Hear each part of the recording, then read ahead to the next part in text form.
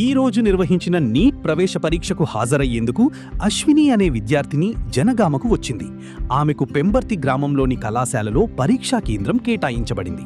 అయితే గతంలో పరీక్ష రాసిన జనగామ పట్టణంలోని ఏబీవీ డిగ్రీ కళాశాలనే పరీక్షా కేంద్రంగా భావించి అక్కడికి చేరుకుంది.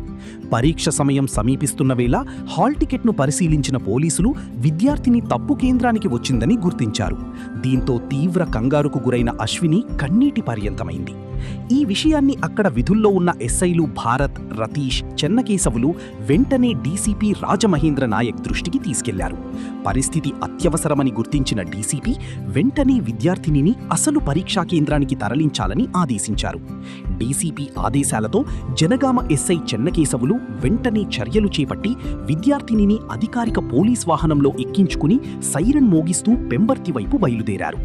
ట్రాఫిక్ను అధిగమిస్తూ మెరుపు వేగంతో ప్రయాణించిన పోలీసులు పరీక్ష ప్రారంభానికి కేవలం 9 నిమిషాల ముందే అశ్వినిని సురక్షితంగా పరీక్షా కేంద్రానికి చేర్చారు. దీంతో ఊపిరి పీల్చుకున్న విద్యార్థిని సమయానికి పరీక్షా హాల్లోకి ప్రవేశించింది. ఒక విద్యార్థిని భవిష్యత్తును కాపాడేందుకు జనగామ పోలీసులు చూపిన చొరవ, మానవత్వం పట్ల అక్కడ ఉన్న విద్యార్థులు,